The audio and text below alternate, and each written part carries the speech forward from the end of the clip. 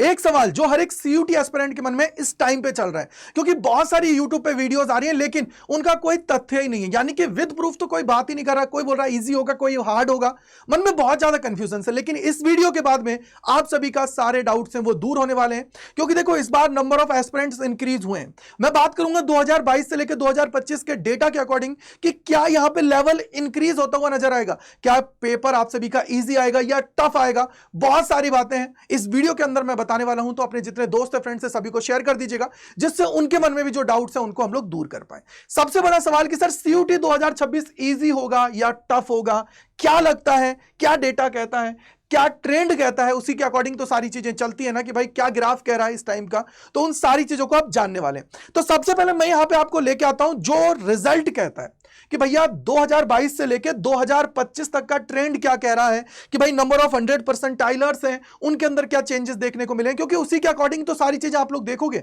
उसी से तो आप लोग अनुमान लगाओगे कि पेपर का लेवल कौन से ऐसे सब्जेक्ट्स हैं जहां पे सबसे ज्यादा टफ देखने को मिल रहा है। तो भाई सीयूटी की शुरुआत कब हुई थी? 2022 के अंदर हुई थी। अगर आप यहां पे देखोगे तो 100 परसेंटाइलर्स की मैं बात करूं तो 21,159 आप सभी को देखने को मिले थे, और सबसे ज्यादा 100 परसेंटाइलर्स आप सभी के आए थे इंग्लिश में 8,236। वहीं अगर मैं पॉलिटिकल साइंस की बात करूं तो लगभग 2000 के आसपास थे।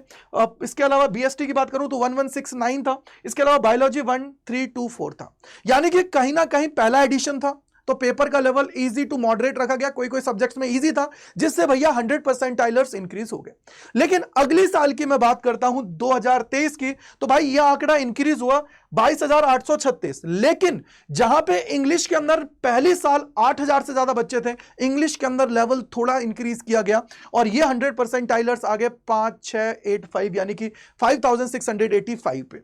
वहीं अगर मैं बायोलॉजी की बात करूं तो लेवल थोड़ा डिक्रीज हुआ, जिससे 4850 आप सभी का देखने को मिला, और वहीं इको की बात करूं तो 2836 आप सभी का देखने को मिला। अगर मैं यहां पे बात करूं सर ऐसे कौन से सब्जेक्ट्स थे जिसके अंदर कम 100 परसेंटाइल आई थी, तो वो थे साइंस के सब्जेक्ट। यानी कि कहीं ना कहीं अब एक बात तो समझ में आ गई कि यार साइंस का लेवल इंक्रीज होने लग गया 2023 में, क्योंकि अगर केमिस्ट्री की बात करूं तो 233 यानी कि 233 आपके 100 परसेंटाइलर्स आए। मैथ्स की बात करूं 251 था। फिजिक्स की बात करूं तो 83। लेकिन सबसे बड़ी गौर करने की बात कि जितने भी 100 परसेंटाइलर्स हैं, आप लोगों को पता है हर एक सब्जेक्ट के अंदर 100 परसेंटाइलर्स सीयूटी अड्डा से निकले हुए थे, यानी कि कहीं ना कहीं लेवल अब इंक्रीज हो गया। 2024 की बात करेंगे तो 22,290, लेकिन वो सब्जेक्ट इंग्लिश की अगर मैं बात करता हूं पहले 8,000 था, वहां से 5,000 आया, फिर 1,600 पे आ गया। यानी कि कहीं ना कहीं एक चीज कंफर्म हो गई है कि इंग्लिश के अंदर लेवल इंक्रीज हुआ है।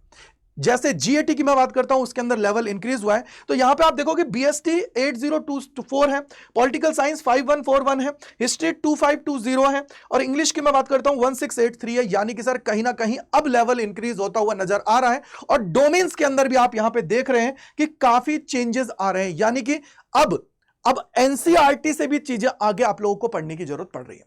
वहीं अगर मैं 2025 की बात करूं तो आप देखोगे भाई 2,679 100 परसेंटाइलर्स थे, यानी कि अगर मैं बात करूं जितने भी सब्जेक्ट्स के अंदर वो अपीयर हुए, कम से कम एक सब्जेक्ट के अंदर वो आप लोगों के 100 परसेंटाइल लेके आए। अब ऐसा क्या रीजन था कि सर 2025 के अंदर 100 परसेंटाइलर्स कम हुए थे? क्या यहां पे डिफिकल्टी लेवल सडनली इंक्रीज हुआ? तो इसके पीछे का जो सबसे बड़ा रीजन था वो ये था कि पहले 2024 तक क्या था कि आपके पास चॉइस थी कि यार आप 50 में से 40 क्वेश्चंस कर सकते थे, और जो भी पहले 40 क्वेश्चंस होंगे उनको आप लोगों को कैलकुलेट किया जाता था। यानी कि कहीं ना कहीं जैसे ही नंबर ऑफ क्वेश्चंस इंक्रीज हुए तो चीजें डिक्रीज होने लगी, यानी कि कहीं ना कहीं लेवल बढ़ रहा है। अब मैं लेवल की बात कर लेता हूं, थोड़ा सा आपको चीजें समझ में आएगी। तो देखो 2022 की बात करोगे तो लेवल क्या था भैया? अगेन मैंने आप सभी को पहले ही बोला था इजी टू मॉडरेट लेवल था, यानी कि यहां पे तो बातचीत चल रही थी, बहुत सारे लोगों ने चीजों को किया। लेकिन 2023 की मैं बात करूं तो बैलेंस्ड पेपर था, मतलब कि यार हर जगह मैं बोलूंगा कि वो होता ना कि परफेक्ट पेपर था, वो था। लेकिन साइंस के अंदर डिफिकल्टी लेवल क्या हुई? इंक्रीज आप सभी की देखने को मिल गई। वहीं अगर मैं सीयूटी 2024 की बात करूं तो पेपर क्या हुआ? मॉडरेट हुआ, लेकिन सम सब्जेक्ट्स के अंदर लेवल क्या हुआ? हाई हुआ। यानी कि बेसिकली जो डोमेन सब्जेक्ट्स थे आप सभी के वो लेंदी हो गए। यानी कि बहुत सारे बच्चों ने बोला था कि भाई पेपर जो है एक गिवन टाइम के अंदर करना पॉसिबल नहीं था, बहुत सारे सब्जेक्ट्स की बात थी। 2024 के अंदर 2025 की बात करूं तो भाई हर चीज के अंदर लेवल इंक्रीज हुआ, मॉडरेट टू हाई। और सबसे बड़ी बात है, क्यों ऐसा रीजन हुआ, क्या वजह थी जिसकी वजह से 100 परसेंटाइलर्स डिक्रीज हुए 2025 के अंदर? उसके पीछे का एक ही रीजन था कि यार यहां पे नंबर ऑफ क्वेश्चंस थे ना, वो मैंडेटरी के, वो इंक्रीज कर दिए। यानी कि अब तुम्हें 50 क्वेश्चन ही करने, ऐसा नहीं है कि पहले तुम्हारे पास चॉइस थी, वो चॉइस खत्म कर दी। यानी कि जब नंबर ऑफ क्वेश्चंस इंक्रीज होते हैं ना, तो 60 मिनट के अंदर उनको कर पाना उतना बड़ा ही टास्क होता है कि आप लोग चीजों को वहां पे अच्छे से करेंगे तभी बात बनेगी। क्यों? क्योंकि आपको पता है ना कि अगर टाइम मैनेज नहीं हुआ तो क्वेश्चन छूट जाएंगे। पेपर टाइम के साथ आपने चीजें वहां पे कैलकुलेट नहीं की तो दिक्कत आएगी, टाइम मैनेजमेंट नहीं हुआ तो दिक्कत आएगी। यानी कि कहीं ना कहीं अब खेल जो है ना, पढ़ाई के साथ साथ स्पीड, एक्यूरेसी और टाइम मैनेजमेंट का भी बन गया है भाई। टाइम मैनेज अगर हो रहा है ना पेपर के अंदर, तो तुम पूरे सवाल अटेम्प्ट कर पा रहे हो। एक चीज और बोलूंगा कि अड्डा 24/7 के ऊपर आपको पता है 2022 से लेकर 2025 की अगर मैं बात करूं तो भाई हर एक सब्जेक्ट के अंदर 100 परसेंटाइलर अड्डा 24/7 से। रिजल्ट की बात करूं तो मैसिव रिजल्ट है। क्यों? क्योंकि यहां के मॉक टेस्ट नंबर 1 है। साथ ही साथ बैचेस की बात करूं तो वो तो अच्छे हैं ही। अगर मैं बात करूं 2026 में मैं क्या एक्सपेक्ट कर रहा हूं, तो उसके अकॉर्डिंग यह है कि मॉडरेट टू हाई लेवल ही रहने वाला है। यानी कि कहीं ना कहीं चीजें पहले की जैसी रहने वाली, बहुत ज्यादा ड्रास्टिक चेंज नहीं आएगा। लेकिन कुछ सब्जेक्ट्स के अंदर आप लोगों को लेवल हाई भी देखने को मिलेगा। यानी कि हो सकता है कि किसी किसी सब्जेक्ट के अंदर चीजें थोड़ी सी ऊपर भी चली जाए। क्यों? क्योंकि पेपर शिफ्ट वाइज है भाई। ऐसा नहीं है कि एक दिन में सारा पेपर हो रहा है कि चलो ठीक है एक दिन डिफिकल्टी लेवल देख लिया तो सबके लिए।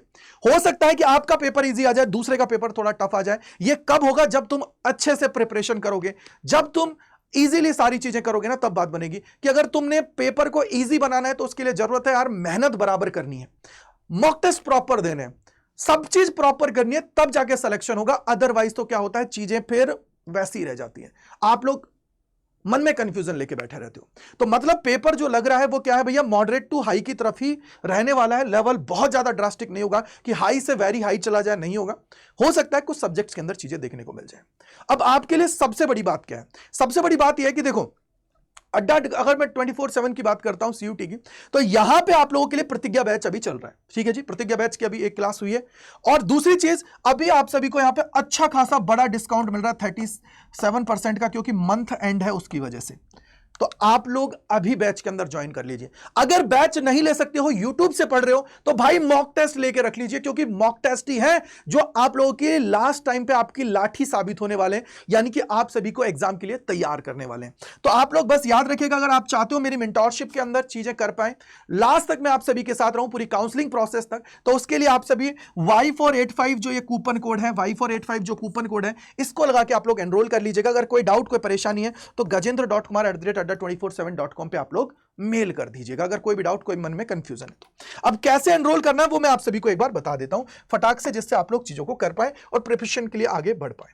तो सबसे पहले देखिए, आप सभी को यहां पे आना है और यहां पे करियर्स अड्डा सर्च करना है। अगर आप लोगों के पास ऐप है तो ऐप से भी कर सकते हो। यहां पे पहले लिंक पे क्लिक करना है, आने के बाद में ऑल कोर्सेज पे आना है। अब देखो, साइंस के हैं, कॉमर्स के हैं, आर्ट्स के हैं, जिस भी स्ट्रीम के हो ना उस पे आ जाओ। उसके पीछे का रीजन है, मैं चाहता तो क्रैश कोर्स पे लिया था, उसके पीछे का रीजन है क्योंकि बहुत सारे बच्चे मॉक टेस्ट भी लेंगे, तो मॉक टेस्ट का भी तरीका बता देता हूं। तो यहां पे मान लो साइंस के तो साइंस पे क्लिक करेंगे, कॉमर्स के तो कॉमर्स, आर्ट्स के तो आर्ट्स पे क्लिक करेंगे, लैंग्वेज जीएटी के तो उस पे क्लिक करेंगे। मान लो साइंस के तो साइंस पे क्लिक किया।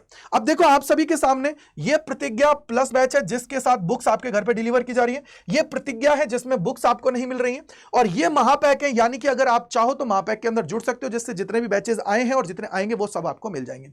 साथ ही यहां पे आप लोग जैसे ही देखोगे तो आपके हर चीज में यही है। तो मान लो आप प्रतिज्ञा में जा रहे हो तो प्रतिज्ञा में, बुक्स के साथ जा रहे हो तो बुक्स वाले में आ जाओ। मान लो एक एग्जांपल है, तो आप यहां पे क्या करोगे, बाय नाउ पे जाओगे। अब यहां पे देखो एंटर कूपन कोड है, तो इस पे आपको जाना है। यहां पे आपको अप्लाई करना है, क्या है, Y485। जैसे ही Y485 आप लोग अप्लाई करेंगे तो ये देखो आप लोगों को मैसिव डिस्काउंट तो यहां पे मिल ही रहा है। यूजिंग द कोड Y485 3,391 रुपए में आपको मिल जाएगा। बुक्स आपके घर पे डिलीवर की जाएंगी Y485 कूपन कोड यूज करके।